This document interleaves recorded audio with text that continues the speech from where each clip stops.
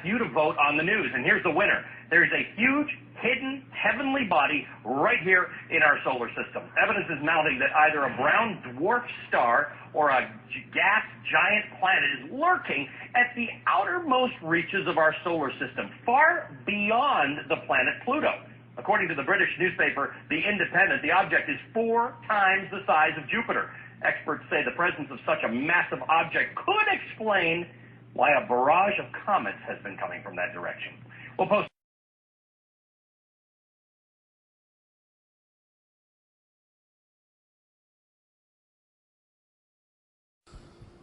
Hi, my name is David Morrison.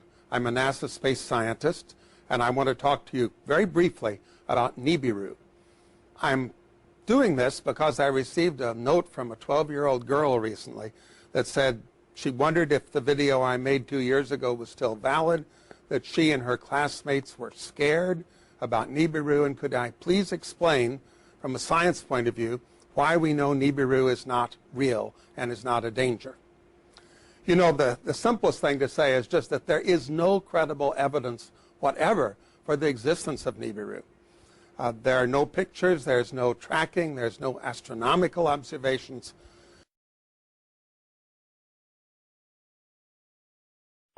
Are we being primed, Gordon, for some major announcement? Well, that's the thing is, now, the Zetas say that the Council of Worlds has told the president, you've got to announce it. I say, everyone I tell that to goes, well, I'll eat my hat if the president ever announced that. But if he did, you can speculate that the first thing he would say is Ronald Reagan had an executive order that this is top secret, and every other president signed on, but now I'm going to be the one who's breaking that because everybody has to know. And what would he, well, we're coming up to the break. When we come back, speculate on what you think he would say, okay? With our special guest, Gordon James Giannotto. And we're talking about Planet X. Now, he has sent us some interesting pictures that you should get up to coasttocoastam.com and just take a look at them and make up your own mind. And I'll be back in a moment on Coast to Coast AM. If you need to email me, that's George at coasttocoastam.com. Well, next hour, we'll take your phone calls with Gordon James Giannotto as we talk about Planet X. And welcome back to Coast with Gordon James Giannotto. Gordon, let's speculate a little bit on if there's an announcement of this planet. How will it be announced? Well, there's 2 lines of thought. One is from the Zetas that the Council of Worlds has told the president that he has to announce it. The other is my line of thought, which is that how can he not announce it? Because as Planet X comes closer and closer to the Earth, eventually it's going to come very close. It's going to be as large as the full moon, and it's going to grab the Great Atlantic Rift and pull it up. And people don't realize that the continents are granite, and they float on the magma core. So they're just floating there. So the Great Atlantic Rift is a line of mountains right down the center of the Atlantic Ocean from Iceland to Antarctic, and there's an upwelling of magma right there. And as the North Pole of Planet X is in line with the sun, as Planet X is in line with the sun, and the North Pole is pointed at the Earth, it's every day when the Atlantic Ocean faces the sun, the Atlantic Rift gets pulled down towards Planet X, and then as the Earth continues to turn, it gets released, because when the North Pole of Earth starts going towards the North Pole of Planet X, then it gets pushed back. But so eventually what's going to happen is Planet X is going to grab the crust. It's going to be close enough that the crust will stop turning with the core. So nothing changes the core, and nothing changes the North Pole of Earth pointing up. But what's going to happen is Planet X is trying to go by, and the day it goes by, it's going to grab the crust and slide it up over the North Pole and then let go of it. And when it lets go of it, the new North Pole is going to be the eastern tip of Brazil, Recife, Brazil. And there's going to be 600-foot tidal waves followed by the tail of Planet X brushing the Earth with all these rocks, which was one of them was the meteor over Russia. So you're talking catastrophe here. Absolute catastrophe. But the thing is that after that, with no governments and no religions and no economy, the unselfish ETs are going to come and give unspecified help to unselfish survival communities. So, because people say, well, all the nuclear reactors are all on faults all over the world, but, they could transmute the half-life of plutonium from 125,000 years to 1.25 seconds. So, but they haven't said what they're going to do because we're supposed to be taking some responsibility for ourselves. So, what's the timetable on this? Well, see, that's the thing. There isn't a timetable, and that's the number one question everyone asks. Well, when is this going to happen? But the thing is it could happen at any time. The only country that's taken any provision is China, which has built these ghost cities because, remember I had said that the southeastern China plate was going to be sinking. Well, Jakarta, Indonesia, parts of it are 85 feet below sea level. That sinking is almost 70% complete in that tip of the Southeast Asian plate. But all the other earth changes have stopped. And I was talking to Nancy on the phone. I said, that I heard that these metal boxes were found on the beaches in Oregon and they were vibrating. And I said, I think there's extraterrestrial devices. And Nancy started saying, no, I've told you before, there's no extraterrestrial devices on Earth. And all of a sudden the Zetas broke through Nancy, and speaking through her to me, they said, this is absolutely true. And she later wrote about this, and this was, you remember, people have said, well, there weren't any boxes, or it was a hoax, or whatever, but it is true. On all the faults of the Earth, there are tens of thousands of these boxes vibrating, and what they're doing is instead of letting the movement of the plates, because the roiling of the magma deep in the core of the Earth is causing these quakes and these other shifts. The north end of South America is going to move to the west. The north end of Africa is going to move to the east. The Atlantic is going to get wider. The Pacific is going to get narrower. So there's all these things. And the Zetas had said there was an event calendar, and 7 was preliminary Earth changes, 8 was massive social change, and 9 was worldwide volcanoes, earthquakes, and sinkings. And so anyway, these metal boxes have put that off, and the reason why is because they want to have the massive social change. And you can imagine if the president does announce it, of course there's going to be massive social change. Well, if it's going to happen, will he announce it? To me, it sounds like he's compelled to. Well, that's my thinking, is because when it finally gets separates from the sun far enough that you can see it with your naked eye. Now, I've said I've gone out, my wife has gone out, I've got hundreds of pictures of 2 suns in the sky that I took myself. Now, if I can do that, then anyone can do that. And, so there it is. There's this bright glowing area. You're not looking at Planet X itself because it's in between the Earth and the sun. So it's like trying to photograph the new moon. You just can't do it. But it's got a 5 million mile long or 10 million mile long. It's really, it's a long tail, twin-stranded, stretching towards the Earth because of static electricity. So Planet X is not going anywhere. It's sitting there. And the clump of 4 planets, the dark twin, Venus, the Earth, and Planet X, are still rotating around the sun, but they're not moving in relation to each other. And the tail is stretched towards the Earth, so that rock that came down over Russia and the other ones that were seen over San Francisco and Cuba and Japan are all from the tail of planet rocks, and there's trillions of them. So this is going to be a big disaster. So when the president announces it, I'm not sitting in his office privy to whatever they're deciding, but I can tell you this. They really don't want people to he's not going to use the word Planet X because that's the term that the Zetas have used and that is on Zeta Talk is Planet X. That's panic time, right? So they don't want people to run to Google, do a search, and go, oh, look, there's a woman in Wisconsin who's been in telepathic contact with extraterrestrials, because that reveals 2 things. We're about to have giant disasters, and second of all, there are extraterrestrials who have been telling the truth since 1995.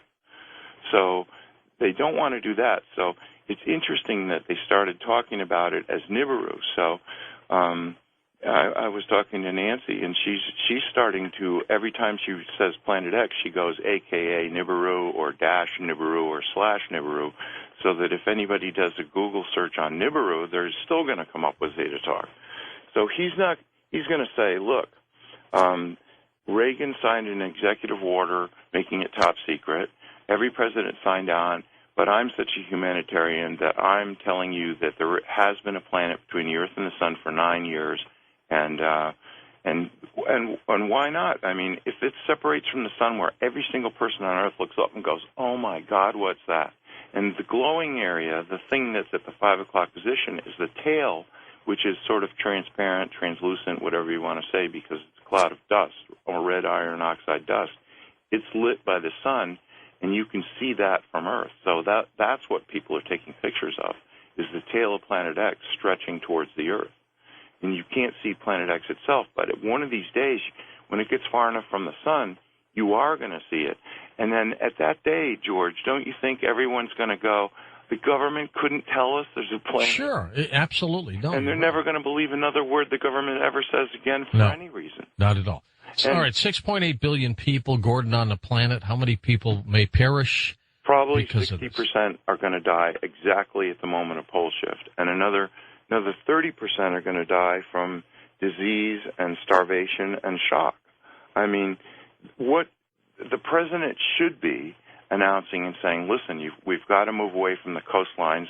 I mean, imagine what a 600... And what's the timetable again? Well, that's the thing is, like, there isn't a timetable. There's an event timetable, but the president has been trying to announce it since last September. So first they tried with the emergency broadcast system.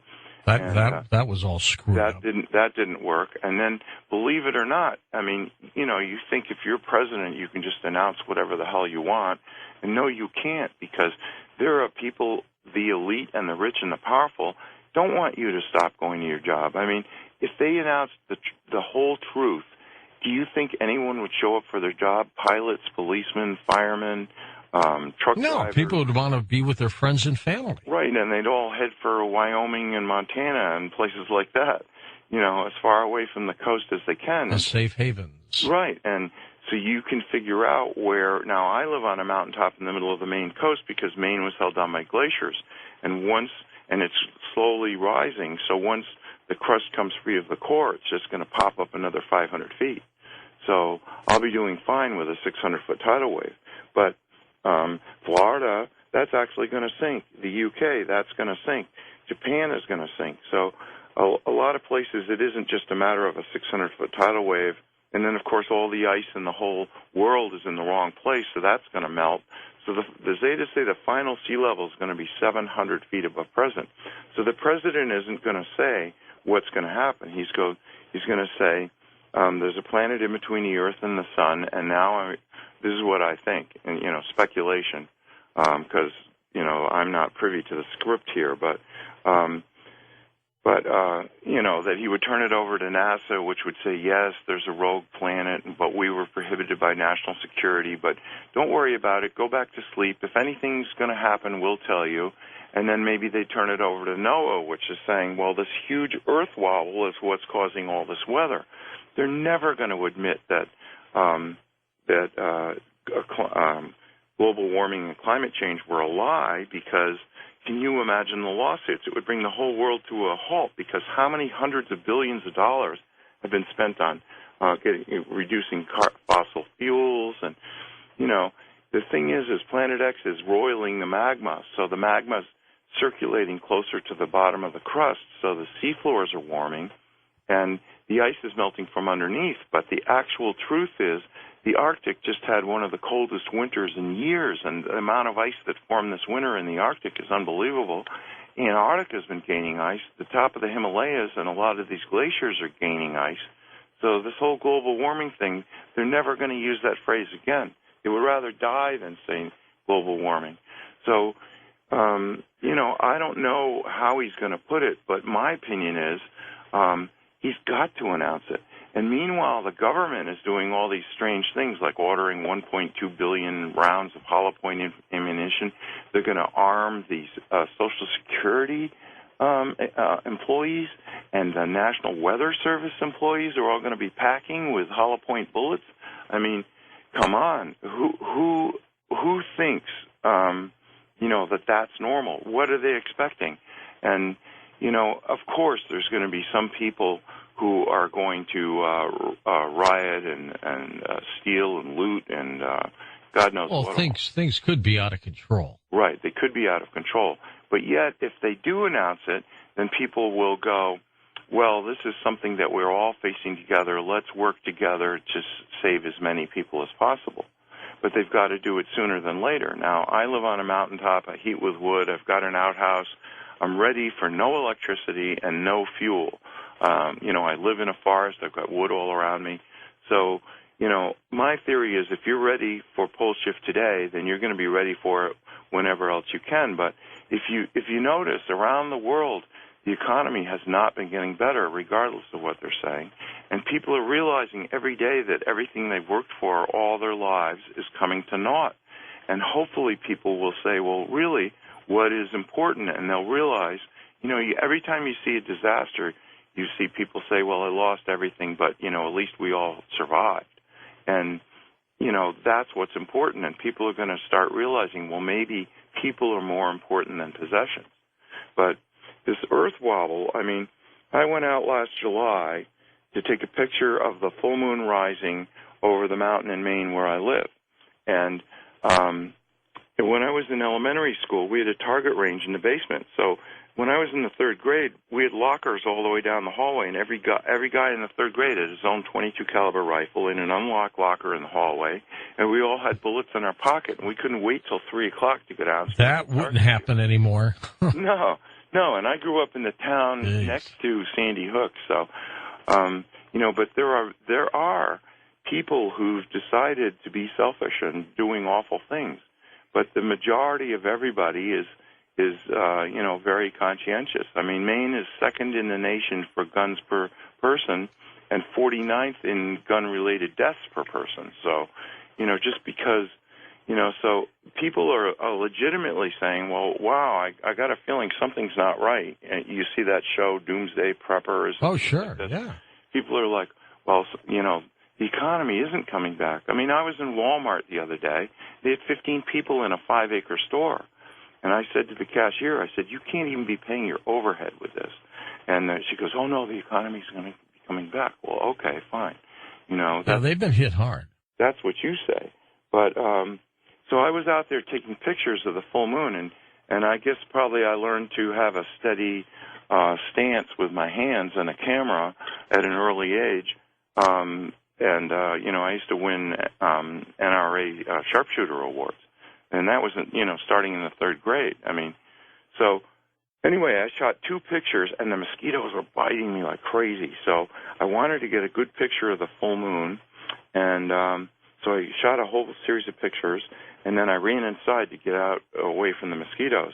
And when I was playing them back on my computer, I realized that in 2 consecutive pictures, I hadn't moved my hands at all. There's a table up on top of the mountain, and there's the full moon. And in the second picture, the moon is moved to the right, not up. Now, if you think about it, everything, the moon, the stars, the sun, all rise in the east, go up to the midheaven, and then set in the west. And here I got 2 pictures of the moon, and between the 2 pictures, the moon moves sideways. How'd that happen? Well, that was like, I think the ETs, like I said, I've been in contact with ETs my whole life, and I think they guided me to do that because that is one of the most remarkable pictures. Now, I've gone out and watched Sirius rising and Orion rising in the east, and then I go back 20 minutes later, and all of a sudden it's like 45 degrees further south, but it isn't any higher in the sky. Now, why would that be? That's because every single day, Planet X pulls the magnetic bar of the Great Atlantic Rift down towards it, and then as the Earth continues to shift and the Atlantic no longer faces the sun, then the North Pole, which doesn't like the North Pole of Planet X, pushes the North Pole of the Earth back. So you get these wobbles, and what you get is this gigantic loops in the jet stream. So normally the jet stream moves from west to east, But now, if you notice these weather maps, and why wouldn't you with all these big storms? So everybody's more interested in the weather than ever because it's really can be life or death. And what you get is these giant arcs of cold air coming down from the Arctic.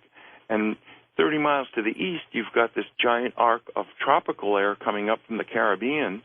And you've got this clash of fronts that makes these gigantic storms. I mean, look at Hurricane Sandy.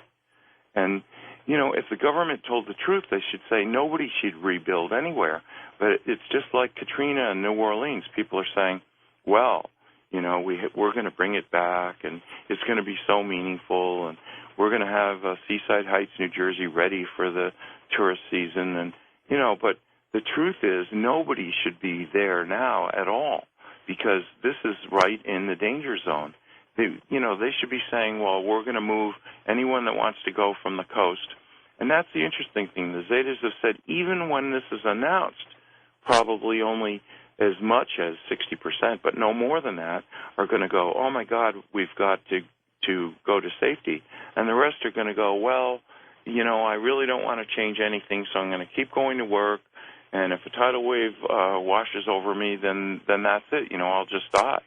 Well, okay, that's what this life is like. You're entitled to be a skeptic. You're entitled to be in denial, and you're entitled to die in it, but there's no reason for you to do that. Hold on for a second, Gordon. We're coming back for phone calls with you next on Coast to Coast AM. Indeed, indeed, and we're going to take your phone calls when we come right back on Coast to Coast AM. And welcome back to Coast. Gordon, are you saying then in our solar system we've got a dark twin to Earth, we've got a burned-out binary star, and we have Planet X? No, the binary star is quite a distance away. That's why it takes 3,657 years for Planet X to return. So it's something we've never seen because it's burned out, but it is a huge body, and that's where it started. And evidently, Planet X has been coming here at least 2 billion years. So, it wasn't that the Anunnaki were always there. They reached a point where they decided they wanted to powder the gold and put it in their atmosphere to keep the planet a little bit warmer. It's got giant hot magma in its core, and it's got water, which has the highest specific heat of any substance in the universe, so it holds heat. It takes longer to heat water than anything in the universe, and water holds heat longer than any.